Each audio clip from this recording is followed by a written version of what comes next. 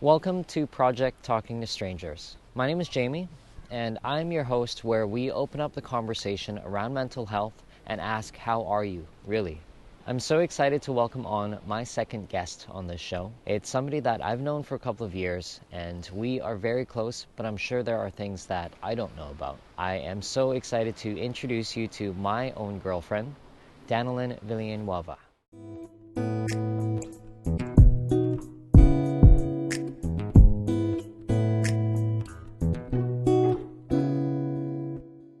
Danilen,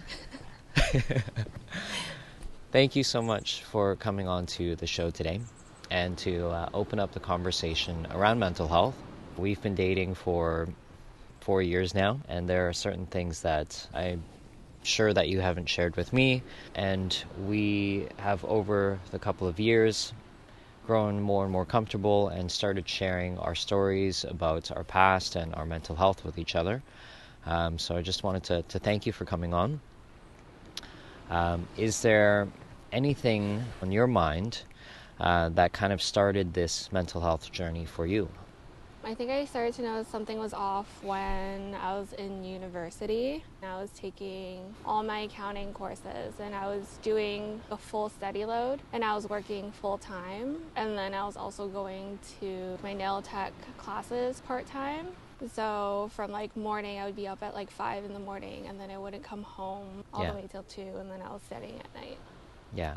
So, why did you choose to work such long hours or to study, go to school and go to work full time and take the nail tech course? School primarily was just because I felt like I had to. Yeah. Because my mom and my family dynamic was always go to school, get a real job, and get your degree. And that's sort of the route that I was taking. And even with accounting, I was taking those classes not because I enjoyed it, but because it had such a clear path. You go to university, you take your accounting courses, and then you get your CPA designation, and then you work for one of the big fours, and that was sort of the path that was so clear and so direct and no questions asked that I took it. And my mom's in banking, and seeing her happy that I was going to school and I was taking accounting classes, that was part of it. That was a large part of it.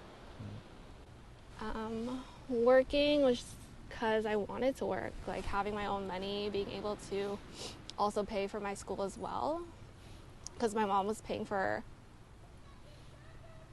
all of my university and I didn't want her to have to do that all on her own, so I was working as well to help pay for that.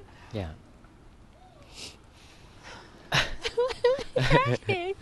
It's okay. And then the whole nail tech thing was just because it was a hobby of mine.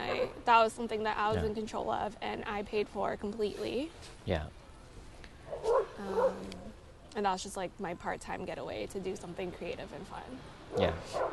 So it sounds like, you were living your life on someone else's terms, or, in a way where you're living because somebody tells you that, hey, this is what's going to make you happy and this is what you should do. You graduate from high school, you go to college, you graduate and you find a good job, and that's life. So what changed from there? I think, and I remember this so vividly in my mind, I was sitting in intermediate accounting. I was my third year. And I was sitting in the classroom and I was looking down at my textbook. And then I was looking up at the crowd. And everybody had their heads down. And nobody was talking to each other. And then in that moment I was just I don't think that this is the life that I want. I was I can't just sit here with my head down on my, staring at my textbook, thinking is this going to be the next 30 years? Am I just going to be stuck attached to a desk talking to nobody? Yeah. And that's when I was making the hugest shift, was because I had gone so far into accounting. I literally had one semester left and all I had to do was a couple more classes and I would be done. But I had to make the hard decision of like, do I want to keep doing this or do I want to do something that I enjoy?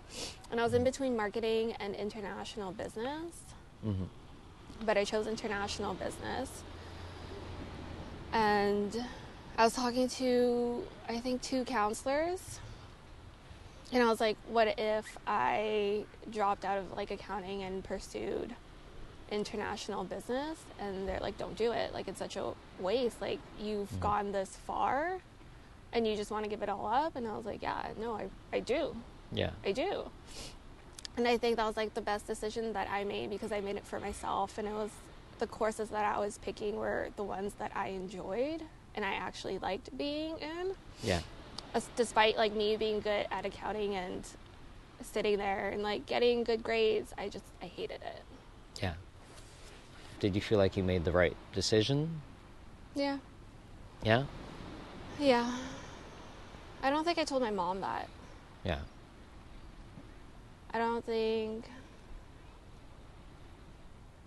think she was just happy to know that I was like getting my degree. Yeah. Because I like got my bachelor's degree, but I also got like an advanced diploma. Like, it wasn't necessary for me to go into international business, but I have like 2. Yeah. But I was like doing courses that I like. So instead of me just like waking up hating every single day or like showing up to class just hating what I do, not interacting with anybody, Mm-hmm. I think that's the best part. So even though you were going to school full time, going to the nail tech school, and also working full time, was your mental health better? A little bit better. Yeah. I think a large part of the mental health too was the relationship that I was in at that time. Because at that point, I think I was in a relationship for 5 or 6 years. And I think that's where like a large part of my mental health is pretty bad. Sorry. No, it was go like ahead. not the expectation of just like my mother, but it was also the expectation of my boyfriend at the time. He was close with my mom. So it like kind of felt like the world was like against me, or like my boyfriend was against me. Yeah. He was on my mom's side, and I felt like I was living the life that everybody else wanted for me, but not for myself. And I think a large part of like me working so much is me being busy and not being left alone to like think about what's going on. Yeah. Right. So, how long did that go on for? A long time. Because even after I graduated, I like switched jobs. Yeah. I like finished the part-time like nail tech course, and I was just working as a server at like a Japanese restaurant. And even then, I was like, there was this small amount of time where I was only working, I was working part-time, so I had more time. But the relationship that I was in was eating up like all of my energy and resources, because we were at like a rocky point of like just fighting all the time. Yeah. Fighting all the time. He needed so much of my energy because he was going through something. And I just felt like I was like giving everything that I had and so much that I had like nothing for myself. Yeah. And then it was like controlling, because like the state of like the restaurant that I was in, obviously like the clientele is like young adults that are like drinking and partying. And like I'm basically serving them and I'm having fun at my job, and then it got controlling and he got like passive aggressive and tried to control me not working there. Yeah. Or like he would come in and like make sure that I'm like not doing anything. Yeah. And I think I was like alone at the time because I was just so consumed by like my job and like my career and like my school that I didn't have time for relationships with other people. Yeah. Any friends that I had in high school, I stopped talking to. Yeah. I barely saw anybody when I was going to university because I just didn't have time. Yeah. And then I was starting to make friends at my other job, at my serving job, but majority of it, I was just like alone for a lot of it. Yeah. No, that must have been tough to go through. And I'm sorry that you had to go through that. But, was there a breaking point or a pivotal moment that helped you get out of the state you were in?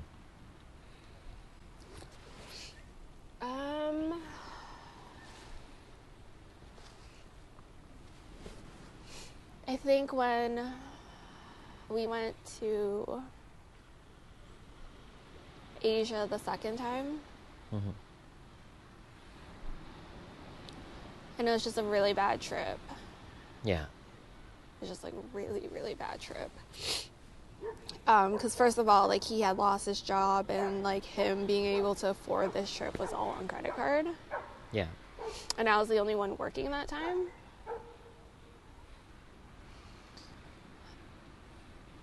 And just, I could tell on that trip, like, I was just so sad. And I think leading up to that trip, the couple months before that, my anxiety was just through the roof. Like, Yeah. and like my coworker would like attest to this. He was there for me for a lot of it because I was having panic attacks every single day, multiple times a day. Yeah.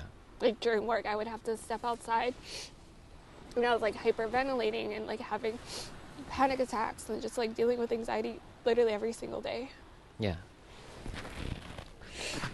Because everything just felt like so out of control. And I just hated it. And then I was leading up to the trip, and then we went on the trip. And like, he had cheated like multiple times.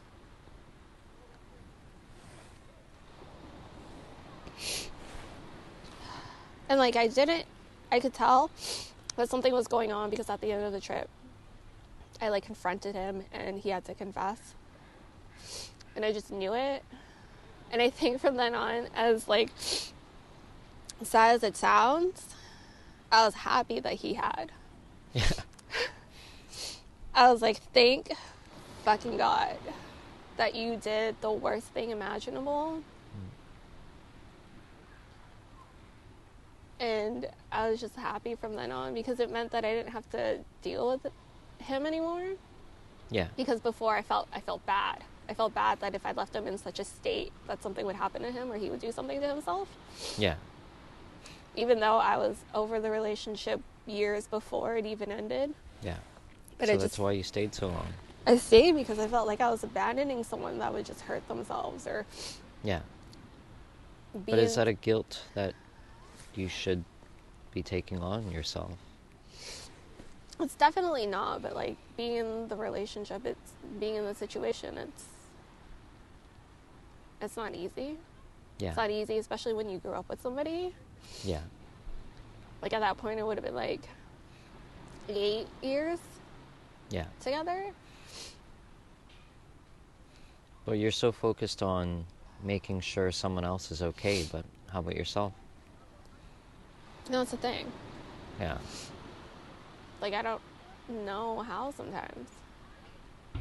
So you weren't choosing yourself at that time? No. Yeah. There's only, like, very few times that I was choosing myself was when I picked nail school. Yeah. Paid for that myself. When I switched my major to international business. Yeah. When I started working that restaurant job. Yeah. And then when I was working at the office job. Yeah. So once you did start making decisions for yourself, how did that make you feel? And how did that change your mental state? I don't know if even at this point I still am doing that 100%. Sometimes I still feel like I'm the passenger seat in somebody else's life. For so long, I wasn't doing that for myself, so Yeah. that's all I knew. Do you feel like you're in a better place now than you were 5 or 8 years ago? Yeah, a much better place. Yeah.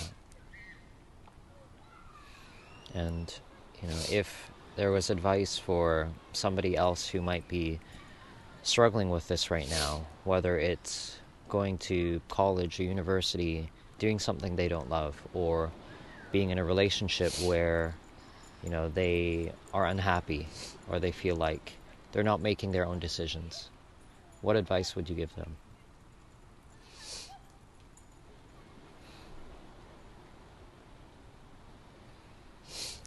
It sounds so easy to say, but it's in your heart what you want. Yeah. You really do. And I think that you really need to follow your heart in that. And even as quiet as it sounds in your head, Yeah. you know yourself and you know what's best for you. And that voice that's benefiting you, that's supporting you, that voice needs to be louder. Yeah. It needs to be louder than anybody else's voice. It needs to be louder than your significant others. It needs to be louder than whoever is around you that you think has their best interest in you. Yeah. Because nobody knows you better than yourself. Yeah. And people will always see it from a perspective of theirs Yeah. and their circumstances. But it's never true to what you need for yourself. So just listen to that voice inside of you, inside of your head. Yeah. And turn up the volume. I feel like a lot of people hear that voice and subconsciously know what's best for them, but they don't follow that path. So, was there something that you did to help, turn up the volume on that voice and actually make the decision to take the advice that, your mind was telling yourself? Unfortunately for me, in the years that I've made those decisions, I let the circumstance and the situation get to a point of no return. Yeah. That the voice had to be so loud that you just had to do it. Yeah. And I don't think that it should reach that point all of the time, that what you're going through needs to reach such a bad point that you're forced to make the decision. Yeah. With me now,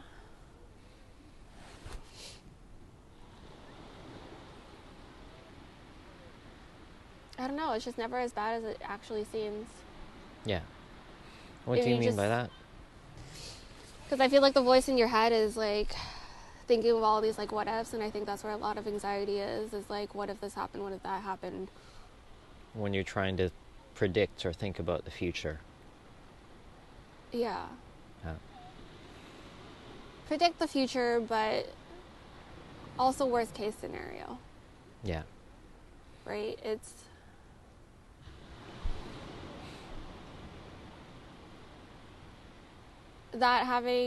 a mental battle in my head where worst case scenario, or what if this happened, or what if that happened, and that's overthinking, and that's where a lot of anxiety comes from, because your thoughts get so bombarded with multiple thoughts that you can't do anything.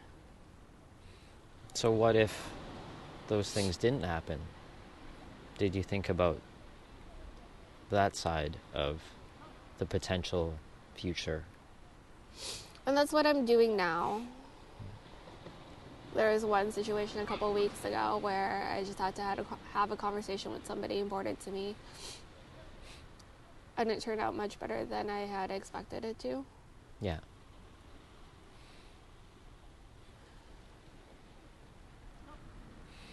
And it just goes to show that shit's never as bad as it will play out. And if it does play out in any other way, that you have what it takes to make the situation better, or take control of the situation, or walk away from the situation.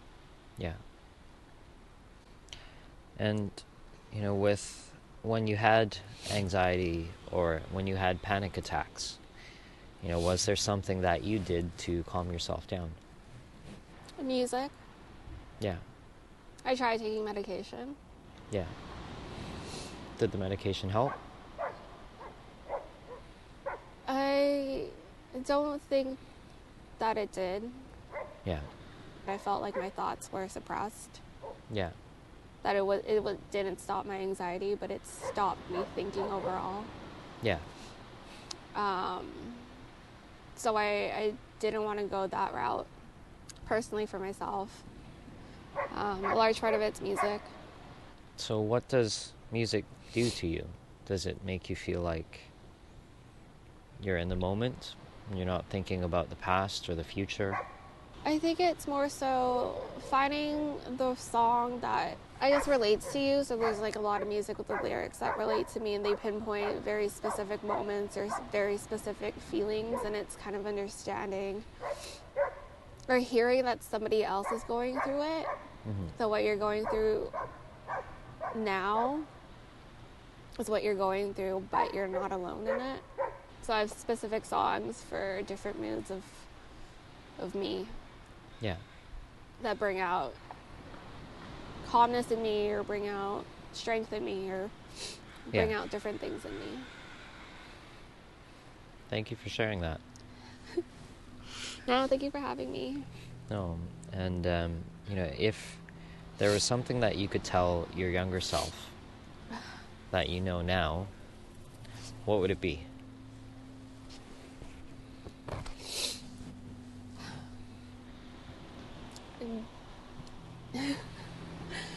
Get out of your fucking relationship.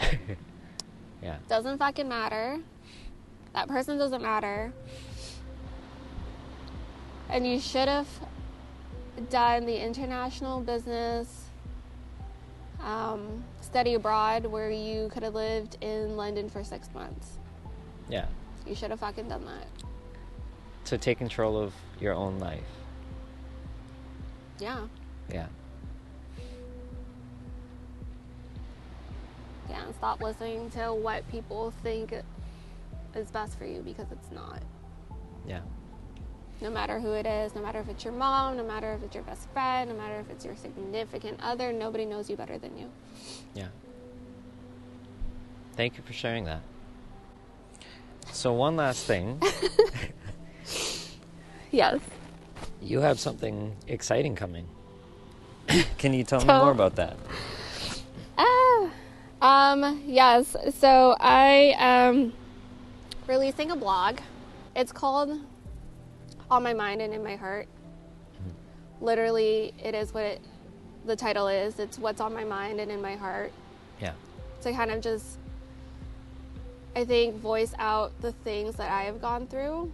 Yeah. The things that I've learned, conversations that I've had with people, things that I read from books. General lessons and experiences that I felt are important, that needs to be voiced. Yeah. Yeah. And so that is launching on my birthday, March 28th. And where can they find you? Danilen.com. Literally my first name.com. All right. So that's DANILEN.com. Well, Danilen, thank you so much for joining us here on Project Talking to Strangers today. I really appreciate you sharing your message with everyone who's watching. And to everyone who's watching, thank you so much for joining us for the second interview of Project Talking to Strangers, where we ask, how are you, really? And if you'd like to join, please subscribe and continue on the journey with us. You can find us at Project Talking to Strangers on Instagram and YouTube. Thank you so much.